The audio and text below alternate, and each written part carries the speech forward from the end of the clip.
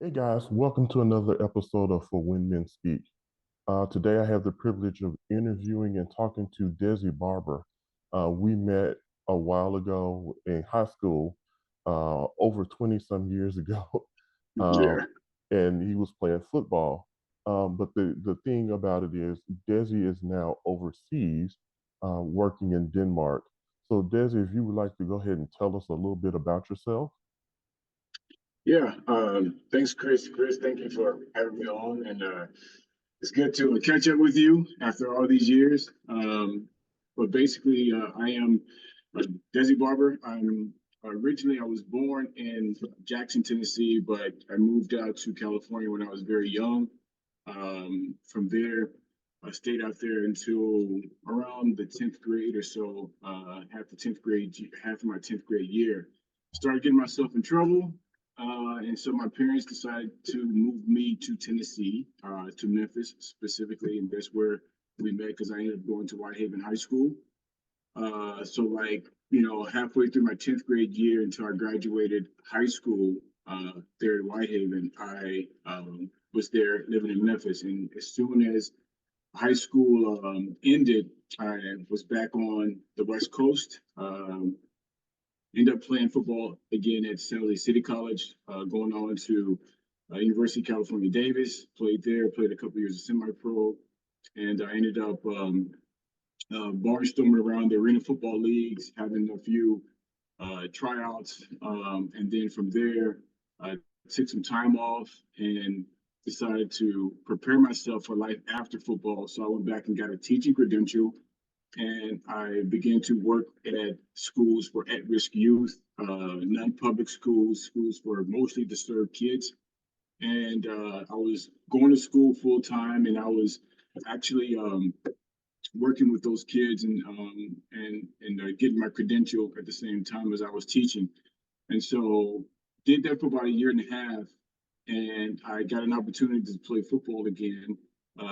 Some team contacted me and offered me a contract here in Denmark, and I came to Denmark first time in 2004, and I've been back and forth in Denmark, from 2004 into 2012 when I decided to move over here permanently.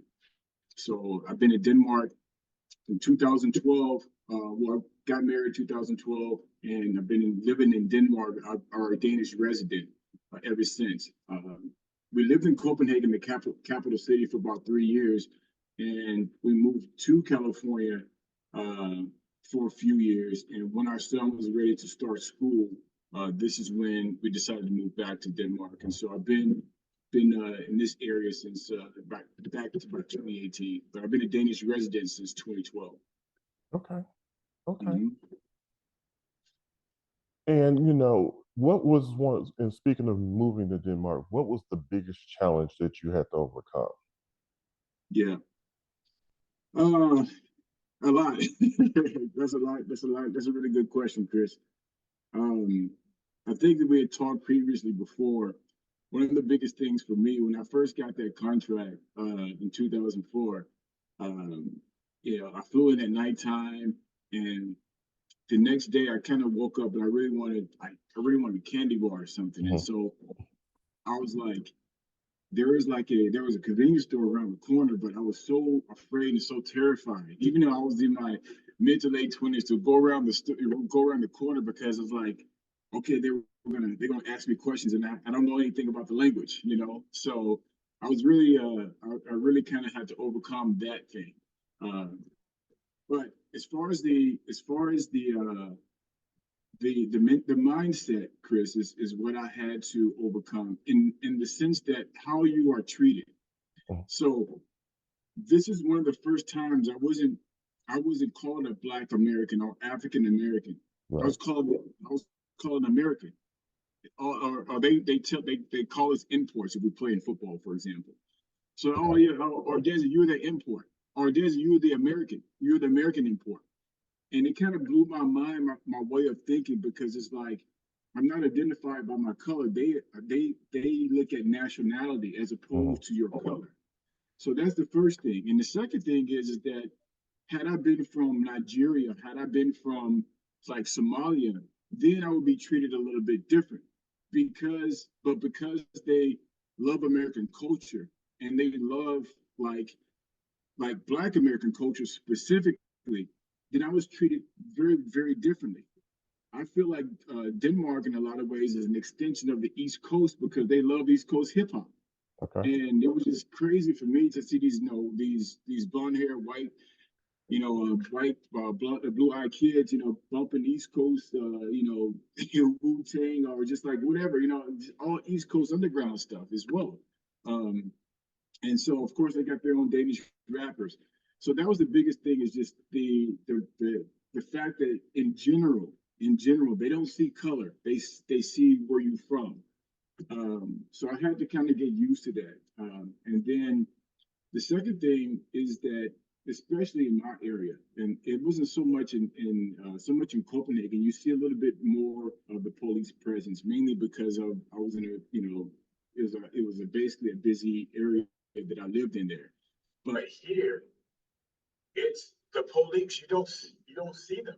Like, of course, you can call the police and they have a response time, but you don't see them over police their own community, or you don't see them over policing even the quote rough areas of town. So that's another thing that I had to get used to, was the fact that everybody, from a cultural standpoint, takes care of everybody in that sense. They know how to kind of act, so to speak. Right. Um, the biggest thing with Denmark is, in case people don't know, is that Denmark, in all Scandinavian countries, Denmark, Norway, Finland, Iceland, the Faroe Islands, uh, they're all very heavy socialist countries.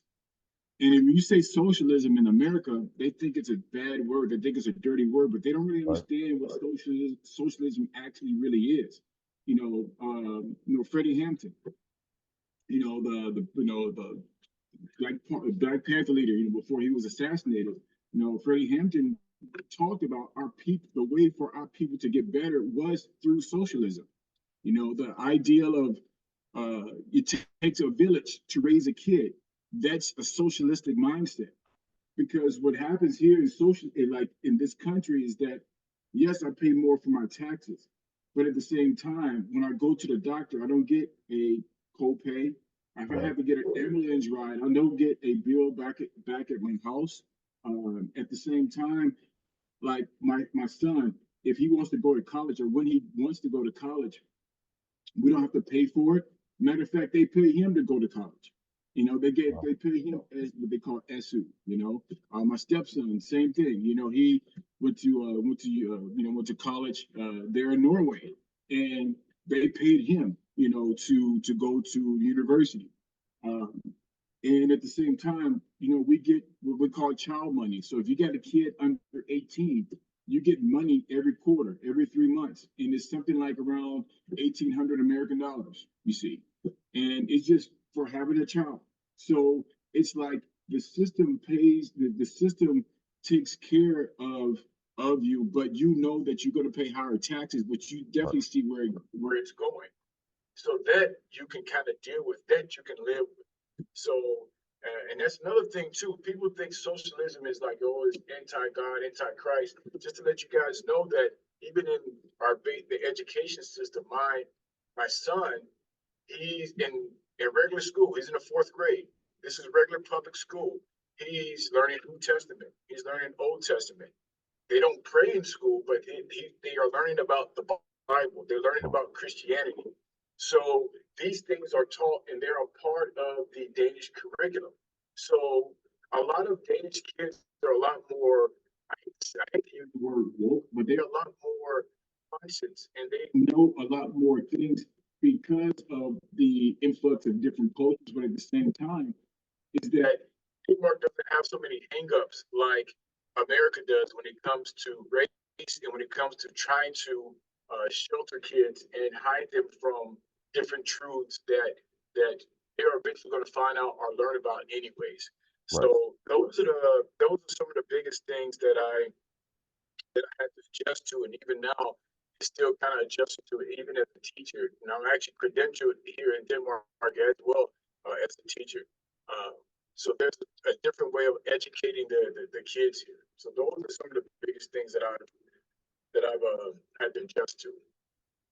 You know, you talked about being in California and when your son started school, moving back to Denmark. What is the you talked a little bit about the educational system, but what is the main advantage of the educational system? What are the benefits that you see over the schools in the U.S.? Um, I would say one of the biggest things is that you don't see the manipulation of the curriculum, if you know what I'm talking about. So the manipulation of the curriculum from place to place, you don't see that here in Denmark. The second thing is that the way kids are educated here, um, it's very different, Chris. We have what they call a side, an academic side, Mhm. but we also have a social side. So, take for example, the when we have our teacher meetings with my at my son's school. All right. First of all, they don't get grades until they're around the seventh or eighth grade. Okay. So the actual grading system of a student and how they perform academically and things like that, they don't get that until seventh or eighth grade. They still have a curriculum, they still have standards, all right, but Right. you don't get graded per se. Now they'll take an assessment or a math test, and then they'll say, okay, based on what you did, then this is kind of like where you are as far as the rest of the school, the rest of Mm. the students in Denmark. All right. But it's not like A, B, C, D, F, boom, this is your grade and it's going to carry on your record. All right. You don't Right. start getting that until later, to the later grades. But there's a social side. So when we go to our conference with with the teachers, uh, the teachers also talk about how Saya is, or my son's name is Saya, how he's adjusting to his peers, how he's interacting Mm. with his peers on like non-class times, because those things are just as equally as important. Does he know how to socialize? Does he get along? Does he get in fights? Because all these things take into account who this kid is as an entire person, not just an academic side. And Okay. that's just as important. So we get an assessment, a social assessment as well as a academic assessment. So that's another big advantage. I work right now at a boarding school, and the school is designed for ninth and 10th graders, right? Okay. Now, the 10th grade is an optional grade for the kids here in Denmark. You're done with all primary school, or you graduate at ninth grade. And what kids normally do is that if they decide to continue on to, let's say, the university, then they would go to what they call the gymnasium. Gymnasium is equivalent to your junior, senior year, and your first year of college. So Okay. you normally do gymnasium for 3 years. But for the most part, the way these kids are educated here, they are great ahead of American students, like when it comes down to academics. So like the things that kids are learning here in the fourth grade, it's kind of like a grade behind. It's like I can't quite explain, but we're basically a year ahead Okay. of the American school system. So that's another thing too. But you've done it in ninth grade, and then from there, you'll they get into either trade school. If you want to go to trade school, kid can go into an apprentice program and he begin making money at 15, 16 while studying. Or if he wants to go to a university, he goes to a gymnasium for those 3 years, then move on to a university. Or if they just want a year, just they don't know what they want to do, they take a 10th grade year or they come to an after school, and like where I'm at, and then that way they can actually sort of kind of figure it out, but they still get graded on the core subjects. So the core subjects is Danish, English, um, math. They'll take like a third language. A lot of times it's either German or French, and Mm. then they can get also some sort of science. So We also have a lot of events that we have with our students. A lot of the 10th graders or 10th grade years or after schools they go into these trips. So this year our school is going to go to the Czech Republic. The entire Wow. school, not just your student body, but the entire school is going to go to the Czech Republic for a study tour. Last year we went to Malta. 2 years before that, right, leading before Corona, we were in New York City, Wow. and we went to New York the I would say the year right after when they began to let us back in. We went to New York City there as well. So the kids not only are they're learning like academically, but they're learning life. If you go to any if you go to Copenhagen or some of the bigger cities, you'll see the kids are always on field trips, and they Mm, actually teach the kids how to take the bus, for example. All mm, right, when you leave, this is where you put the money. All right, this is where you now you use apps. Okay, this is how you use the app. Now we're gonna all get on the bus. All right, this is how you take the train or the subway, as we call it in the right. U.S. So take the subway train. Now we're gonna go to this park. This is how we get there. You're gonna bring a lunch. So they teach a lot of practical things. So you'll see tons of kids around the city in these large groups. And at the same time, you have these kids on bike tours. So a lot of times, hey, Sai got to bring his bike to school because they're going to bike out to a nature reserve, or they're going to bike around the area, and then they're going to have lunch at a park. But again, a lot of these things are practical Right. that they educate the kids, so they give them a lot more life experience um, here, and as opposed to in the U.S. where everything is really restrictive. And I understand why it had to be that way. But again, a lot of kids really miss out on just basics, life skills. Right. Right. And you talked about gymnasium, but I think also remember you talking about kids going into an apprenticeship. Can you tell us how that works? So what happens is this: I have I've got a couple of kids that are ninth graders here at the school, and they're in one of my classes, and one of them wants to be a carpenter, and so what happens is this: there's a number of carpentry schools back where in the city or the town where this kid is from. So they'll just basically say, "Hey, call the different trade schools that actually has a spot for him. He will go visit the school. Excuse me. Once he's kind of passed some of their preliminary um, tests, and if they have a spot for him, then they'll accept him to the program. And then from there, they'll start him off, you know, 10th grade, and he will begin to learn the trade. He will be assigned a professional or journeyman or somebody who is Hmm. basically an advisor, Right. and they will basically will follow him, and out on jobs. He will be learning, but at the same time as he's working, he will be earning money.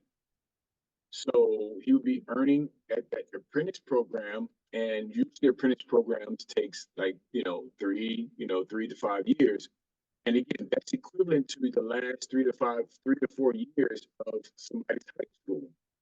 Hmm. So they'll be working while they are learning, and then once they're graduated their apprenticeship, then obviously in the trade world, they move on to becoming a journeyman, and they have an opportunity to either be hired by the company or go to another company or even starting their own. Right. Oh wow. So yeah, so Chris, we called a plumber like let's say a couple of months ago, we called a plumber.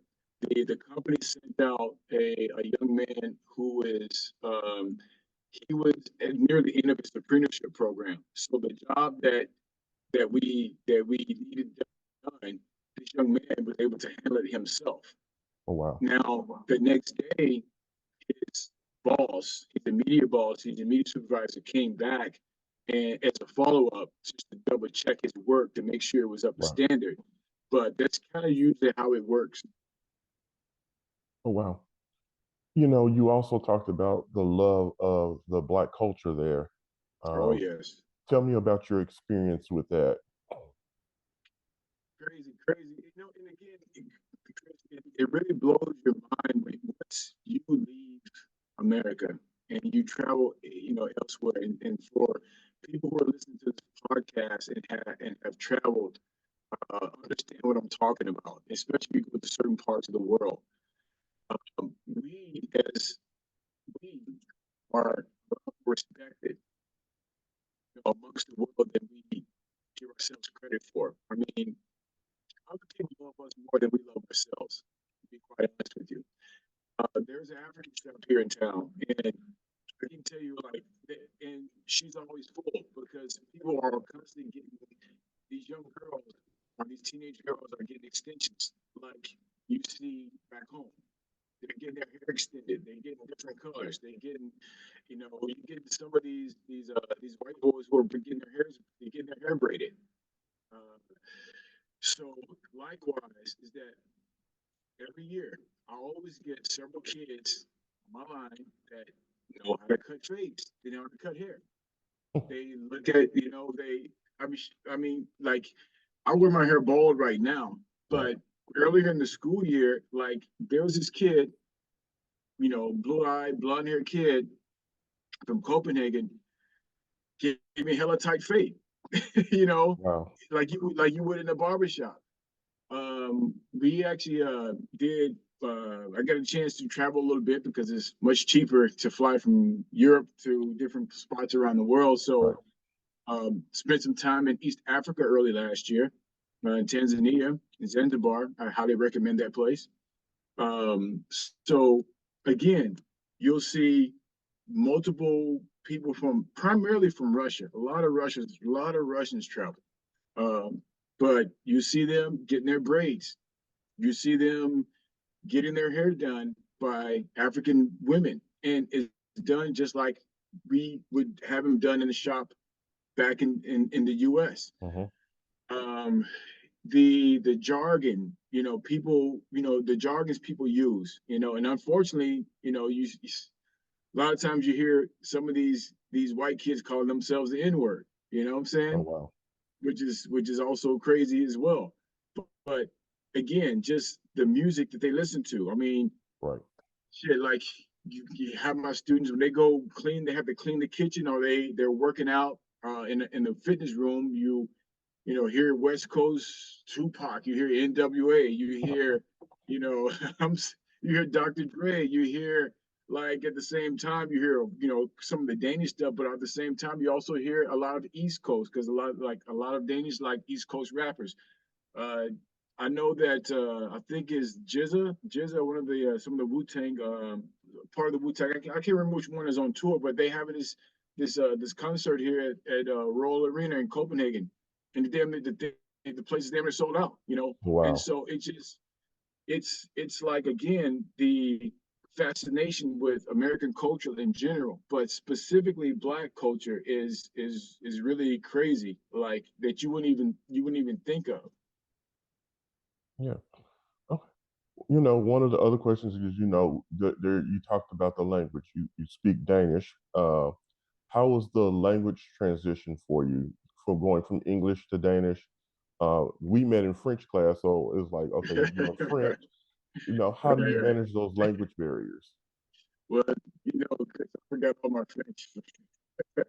So that's the one thing. Um, Denmark is a very difficult language.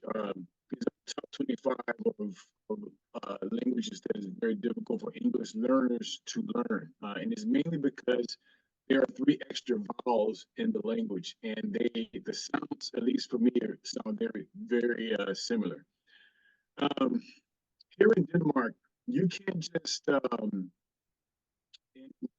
I don't mean to get too political, but here in Denmark, you just can't cross a border and come into this country. If you are to come to Denmark, first of all, from a physical standpoint, there's a border that touches the land. There's a part of Denmark that touches Germany. That's Right. the northern Germany. So that's a border there. Other than that, it's there's a border, there's a bridge between Denmark and Sweden. But there's border patrol there, and Oh, it's wow. heavy. and there's border patrol like at the German Danish border. All right. Um, but you just can't like come into the country. That's the first thing. The second thing is that if you do get permission to come into Denmark and you decide you want to stay, the rules are very, very difficult. It's easier to get into other Scandinavian countries than it is in Denmark. They're trying to loosen things up now, but it's still very difficult. So when you come in here, you can't just like, oh, I'm gonna get a bank account, I'm gonna do this, I'm gonna do that. Everything is closed down in Denmark. We don't use cash here. That's Mm. another thing too. We have this thing called mobile pay or NIM. Now, not to say that you can't go and withdraw money. You're right. You still Right. have people. If a kid want to pay me for one of my t-shirts or a sweatshirt, they're not going to give me cash. They're going to, it's kind of like, I think it's similar to you guys' cash app. Hmm. We mobile pay each other. And that's standard. Or we do a bank transfer. So, but in order to even get all that, you have to be recognized by the system, and you have to go through an integration or legitimate integration program. So when I got married here, they assigned me a language and cultural immersion Oh, school, wow. and you have to go to school if you're not working full time, or if you're not working full time and you're trying to be a resident, then you got to go to language school. If you have a job that requires you to speak English, like some of these big companies, like IBM, they have or Apple, they have they have big campuses over on the other part of Denmark. Then you can pretty much stay, but you got to still learn basic Danish. For just conversational Danish. Right. Uh, but if you plan to stay here, then you have to pass the language test, and you got to pass different levels. It's not just like, oh, I'm going to pass this one time. No, there's different levels and there's Levels. different classes that you have to go into. So you go into a language school and they'll test and see. They'll ask you a bunch of questions. Where you from? What level of education did you obtain in your home country? And based on some of those questions, they'll place you in a class. Because again, you have some people who never went to school. Right. Got some people from different parts of the world never went to school in their life, and so they do is like, okay, we got to start you in this class, and then we'll work your way up. But there are three main levels that you go through, and you got once you get done to a certain level of like the first level, then you got to pass the test to get into the second level, and then you pass the test to get to the third level. So let me give you an example. The beginning, most basic is like level one. So then Hmm. in that level one there are like four classes. So it's like 1.1, 1.2, Oh, 1.3, wow. 1.4. Once you get there, you got to take a test. Then you go to two. And then in the level two, there's five levels. So 2.1, 2.3, and Hmm. every single step, Chris, you got to pass a test, and then you got to pass an ultimate test to get to level three, to the next level. All right. So Mm. this is kind of where we are. So I actually had to I didn't have to take all the levels. I actually started at like the high level two, and then went to level three, and then worked my way up from there. Um, but yeah, it's a full immersion program. If I want to become a permanent resident, there's you can't get yourself in trouble. Like you can't have a police record. Right. You can't have like any public debts, meaning that you can't owe like child support, like like a make a baby here then balance, then not pay Hmm. your support. What I mean, that type of thing, and or just any debts. If you run up credit card bills here and you try to like leave and come back, you can't do that. They won't let you. And then you got to pass the language test. And then once that happens, if you want to become a citizen, then you have to take an actual test like we do in the U.S., where you have to know certain things about the Danish Constitution, Right. know the national anthem, all those types of things. So, but the program is very restrictive, and you just can't like come over here and just jump in. You got to be a part of an immersion program. Okay. And speaking of that, you've moved to Denmark with your wife and your kids. What about your other family? How do you keep up with them and maintain relationship? Well, the good thing is that, well, my wife is Danish, so again, so we, we met here, got, and I ended up getting married in Copenhagen, and then we kind of moved around. Um, like I shared earlier, I lived pretty much a majority of my life on the West Coast. So even before I met my wife and I was a single man, I didn't come to Tennessee very often, but I maintained a relationship with my parents over phone calls like this, or Hmm. or just chatting with them and communicating with them. So it didn't make it feel like I missed them, so to speak. And at the same time, I come from a very large family, so I'm the youngest of seven. So a lot of there are some siblings and a lot of family that are around my parents, even though they're in Right, their old age, where I don't feel like I'm have to be there to take care of them, so to speak. right, So it gives me a lot of security, in the sense that, like, I know that they're taken care of, but at the same time I can still talk to them. And at the same time, it's like I I've I don't I don't feel comfortable like living in the U.S. The rat race and the things of that nature, and just all the social injustice. I'm quite got tired of it, and so, like, if I have to come home, I have to come. I would say home because Denmark in my mind is home. right. But if I have to come back to the U.S. for whatever, then I'll do that. But Denmark is my home. Okay, We own a home here. We own property here. I have a permanent position here, um, at the school. I'm a tenured teacher, and like this is where my kids are. Like, I'm here. right. Well, in the remaining minutes that we've heard you speak English. Give us some, give us some Danish. I'll say some basic things in Danish, and then yeah. Okay, so hej alle sammen. Jeg hedder Desi Barbour. Jeg kommer fra USA. Jeg arbejder på Stenborg Efterskole. Jeg er engelsklærer for 20 år siden. Det var 20 år. Um, jeg snakker dansk, jeg snakker engelsk. Jeg har rejset til mange lande. Og nu i dag, jeg skal jeg skal arbejde med min amerikansk fodbolddreng. Nu jeg er meget glad for Christopher og en vores opportunity to snakke med dig. So basically, I just said my name, that and I work at Simbo After School. I've been a teacher for about 20 years. I got training after this. After our conversation, I got football practice with my American football boys, and it's been a pleasure basically talking to you and sharing things with you, Chris. All right. Hey guys, thank you, Desi, and we look forward to hearing you. Guys, thank you for joining this episode of When Men Speak. We look forward to you and having you for the next episode. Thanks, guys.